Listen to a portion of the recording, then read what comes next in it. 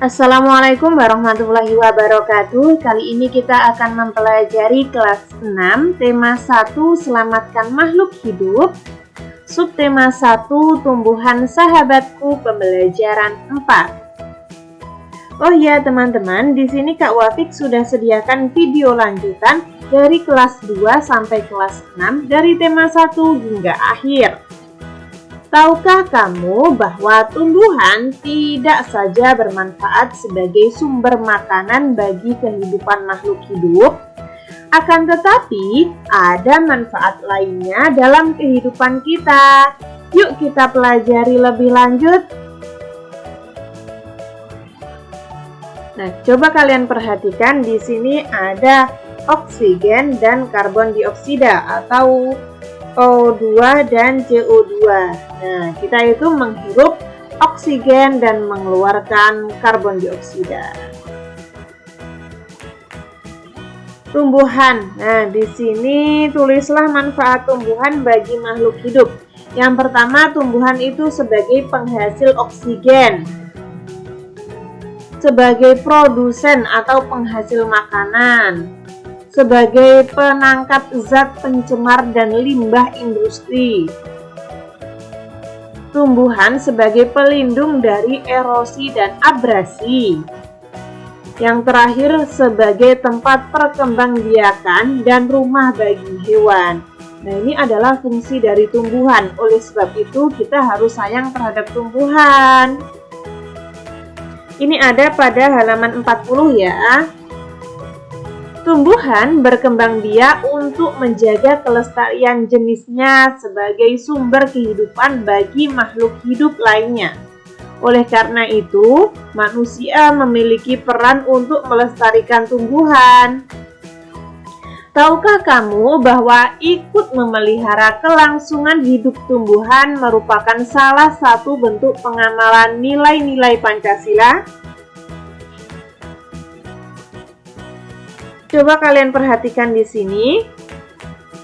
Di pembelajaran 1, kamu sudah membaca teks tentang bagaimana jagung berkembang biak dan membuat catatan pada diagram. Kamu juga sudah mengumpulkan informasi yang ada dalam bentuk tulisan. Buka kembali diagram tentang perkembangbiakan jagung dan baca dengan seksama.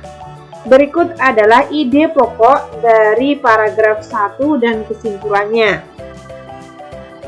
Di sini teks pada paragraf pertamanya berbunyi, jagung merupakan salah satu tanaman yang dijadikan bahan makanan pokok di berbagai daerah, juga di Indonesia.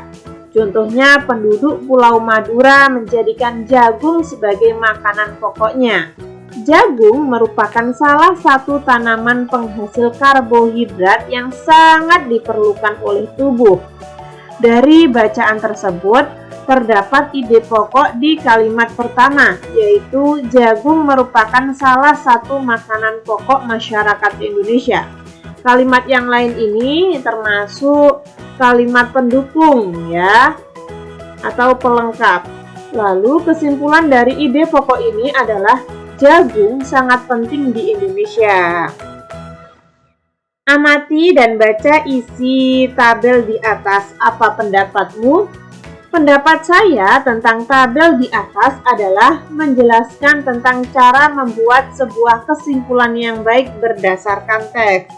Nah, saya sangat suka tentang penjelasan ini, misalkan saja seperti itu. Ini adalah kolom di dalam halaman 41, teman-teman. Ini ya. Lalu paragraf kedua. Di sini teksnya berbunyi, seorang petani jagung memulai pembiakan atau perkembangbiakan tanaman jagung dengan biji jagung. Setelah 3-4 hari, bakal tanaman akan muncul di permukaan tanah. Tanaman jagung akan terus tumbuh hingga menjadi besar. 3,5 bulan, buah jagung dapat dipanen oleh petani. Buah jagung yang berbentuk seperti tongkol pada mulanya berupa sekuntum bunga.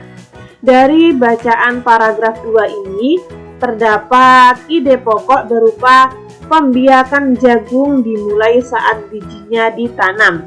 Kesimpulan dari ide pokok tersebut adalah jagung berkembang biak melalui biji. Dapatkah kamu menemukan cara membuat suatu kesimpulan dan apa ciri-cirinya?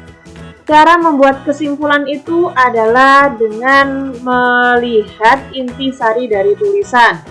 Dimulai dari hal yang khusus ke hal yang umum, menggunakan kosakata baru dan dapat menggabungkan dengan kalimat utama. Sebenarnya banyak sekali cara membuat kesimpulan, namun di sini Kak Wafik bahas sedikit saja ya. Ciri-cirinya sederhana, singkat, jelas, pesan dapat tersampaikan. Nah, seperti itu ya, kurang lebih.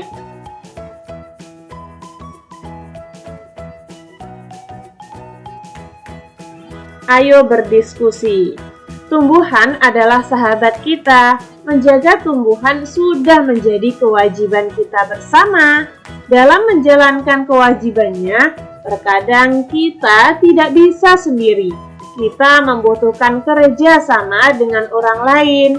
Kerjasama merupakan wujud penerapan dari salah satu sila Pancasila. Nah, di sini ada 5 sila Pancasila, pahami bersama-sama. Yang pertama, ketuhanan yang Maha Esa, kemanusiaan yang adil dan beradab, persatuan Indonesia, kerakyatan yang dipimpin oleh hikmat, kebijaksanaan dalam permusyawaratan perwakilan, keadilan sosial bagi seluruh rakyat Indonesia. Setelah kalian mempelajari 5 sila ini, lalu ada gambar nih teman-teman. Gambar apa ya kira-kira ini? Nah, tulislah isi cerita masing-masing gambar di atas. Gambar yang pertama itu menceritakan tentang anak-anak sedang kerja bakti atau gotong royong membersihkan lingkungan. Gambar kedua menceritakan tentang anak-anak sedang berdiskusi. Nah, itu termasuk pengamalan sila Pancasila loh teman-teman, saling membantu dan juga musyawarah. Nah, musyawarah mufakat atau berdiskusi gitu ya. Nilai-nilai Pancasila dari sila keberapakah yang terkandung dalam kedua sikap pada gambar di atas? Nah, gambar pertama itu mencerminkan nilai Pancasila yang ketiga. Sedangkan yang kedua gambar 2 ini itu termasuk sila keempat, yaitu kerakyatan yang dipimpin oleh hikmat, kebijaksanaan dalam permusyawaratan perwakilan, karena dapat mengutarakan pendapatnya, misalkan saja seperti itu. Ini ada pada halaman 44 teman-teman. Berikan kesimpulan nilai yang sesuai sila ketiga sesuai gambar. Sampaikan kepada teman kelompokmu. Carilah 3 contoh sikap dalam kehidupan sehari-hari yang sesuai dengan nilai-nilai sila ketiga Pancasila. Apa saja sikap yang telah kamu terapkan dan yang belum kamu terapkan? Bagaimana caramu memperbaiki sikap sehingga sesuai dengan sila ketiga Pancasila? Nah, misalkan saja 3 contoh sikap dalam kehidupan sehari-hari. Mematuhi peraturan yang telah disepakati bersama dalam kehidupan masyarakat. Menumbuhkan rasa cinta tanah air. Yang ketiga, turut hadir dan mengikuti kegiatan kerja bakti bersih-bersih. Lalu, ayo renungkan setelah kalian mempelajari ini. Oh ya teman-teman, untuk matematikanya Kak Wafik pisah. Kak Wafik buat video sendiri, kalian bisa lihat di playlist ya. Di situ ada matematika kelas 6, kelas 5, kelas 4 ya, di buku tematik. Setelah belajar hari ini, tulislah beberapa hal berikut. Sikap manakah yang sesuai dengan sila ketiga Pancasila yang telah kamu terapkan hari ini? Misalkan saja bergotong royong membersihkan kelas saat piket. Sikap baik apa yang kamu pelajari dari temanmu terkait sila ketiga Pancasila? Nah, misalkan saja tolong menolong. Kurang lebih seperti itu ya teman-teman. Ketika teman-teman ada saran masih kurang paham atau mungkin Kak Wafik salah ketik, salah pengucapan, kalian bisa tulis di komentar agar Kak Wafik dapat memperbaikinya. Semoga bermanfaat. Wassalamualaikum warahmatullahi wabarakatuh.